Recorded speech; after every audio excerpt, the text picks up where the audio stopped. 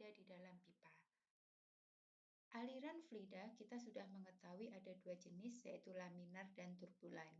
Selama ini kita membedakan dari nilai bilangan Reynolds. Sebelum ke nilai bilangan Reynolds dan apakah itu yang dinamakan Reynolds, kita melihat dari segi kecepatannya. Kalau laminar kecepatannya rendah, sedangkan turbulen kecepatannya tinggi. Bentuk aliran, laminar teratur, turbulen fluktuatif. Sedikit mixing, dan fluidanya kental untuk laminar. Sedangkan turbulen, fluidanya tidak kental atau lebih ke cair, ya, lebih ke cairan. Tuh. Selanjutnya kita melihat dari sisi nilai bilangan Reynolds. Kalau Reynolds, berapa untuk laminar dan berapa untuk turbulen? Kalau dinamakan laminar itu antara 0 sampai 2100. Itu untuk aliran laminar. 2100 sampai 4000 itu adalah transisi. Lebih dari 4000 dinamakan dengan aliran turbulen. Itu kalau dilihat dari sisi nilai Reynolds. Apakah itu Reynolds? Reynolds rumusnya Rho dV per mu. Densitas, diameter pipa, kecepatan, dan viskositas. Reynolds sendiri ya itu adalah inertial force dibagi dengan viscous force. Inertial force itu adalah dorongan fluida untuk bergerak. Sifat alami fluida dia pasti bergerak. Benda akan terus bergerak sampai ada yang menghentikan, yaitu gesekan. Adanya gesekan berarti adanya energy loss. Sedangkan viscous force adalah resistance to flow atau kemalasan fluida untuk bergerak. Jadi Reynolds itu adalah perbandingan dari dorongan fluida itu untuk bergerak dibanding dengan sifatnya atau kemalasan dia untuk bergerak. Jadi berapa besar perbandingan antara dorongan dan kemalasan dia bergerak itu yang dinamakan dengan Reynolds. Atau kita bisa menghitungnya dari V kecepatan, diameter pipa, densitas, dan viskositas.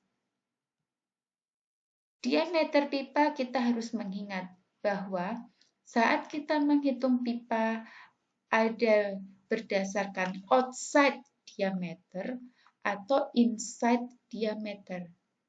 Saat menghitung Reynolds yang dipakai adalah inside diameter, jadi yang langsung berhubungan dengan fluidanya.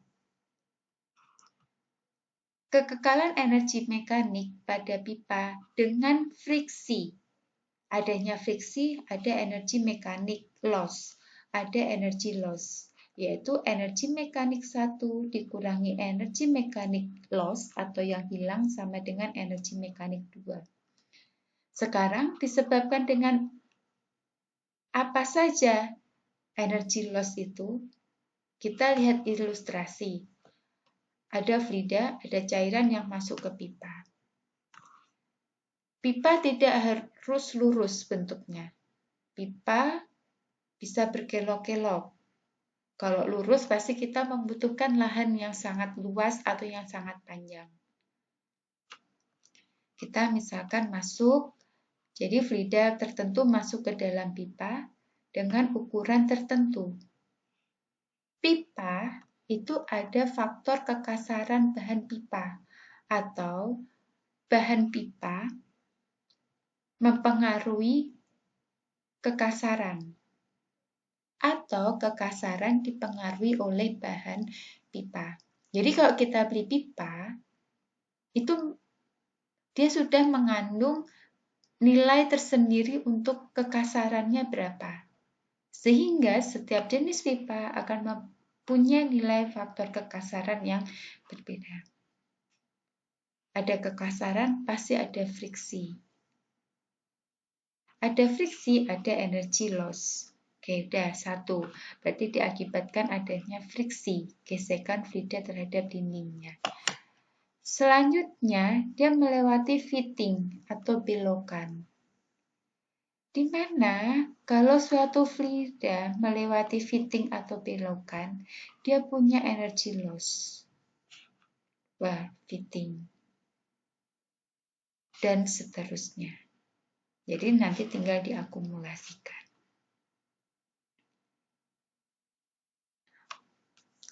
Sekarang kita ke tabel ukuran pipa. Kalau kita beli pipa, kita pasti ditanyanya adalah inch. Inch itu menandakan ukuran pipa yang dinamakan dengan nominal pipe size atau NPS. NPS itu adalah nilai dari outside diameter pipa. Jadi, kalau kita beli pipa, itu pasti yang ditanyakan mau berapa inch. Habis itu, dia menandakan nilai outside-nya. Misalkan kalau kita beli pipa 1/4 inch, NPS 1/4 inch, berarti nilai outside diameternya adalah 13,72 mm. Selanjutnya, kita ditanyakan mau schedule berapa. Schedule itu menandakan ketebalan dan berat pipa. Jadi, misalkan kita mau schedule 5S.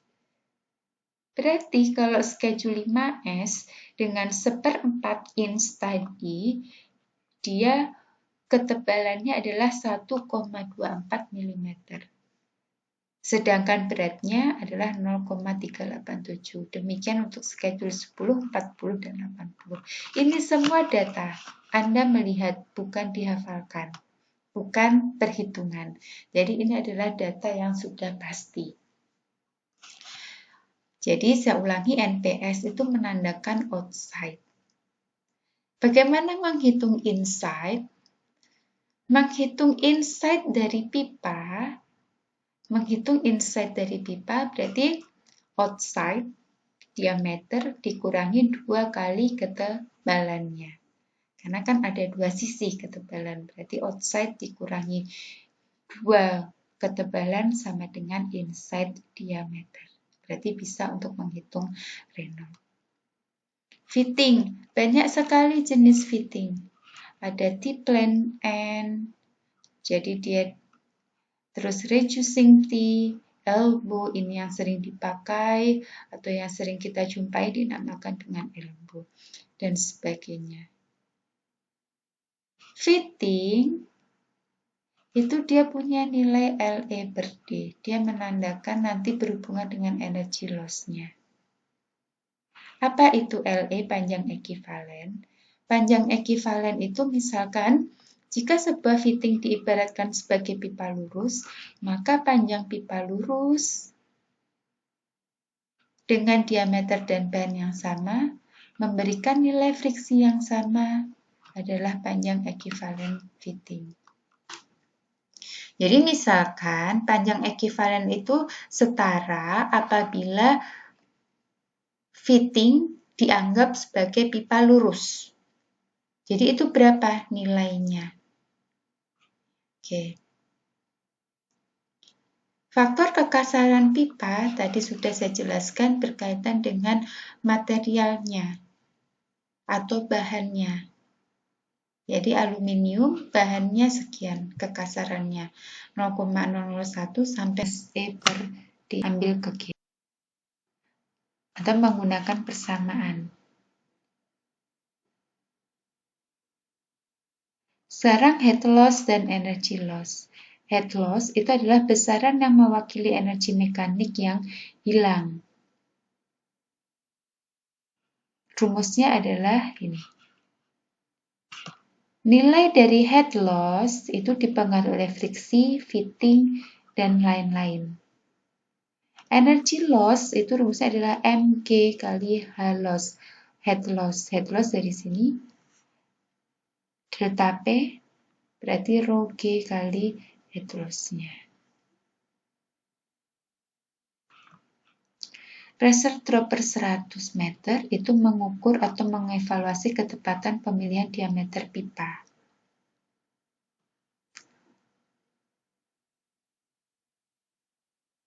Maksimum gas velocity atau adanya kecepatan gas di dalam pipa tidak boleh melebihi batas maksimum, yaitu 60 meter per detik.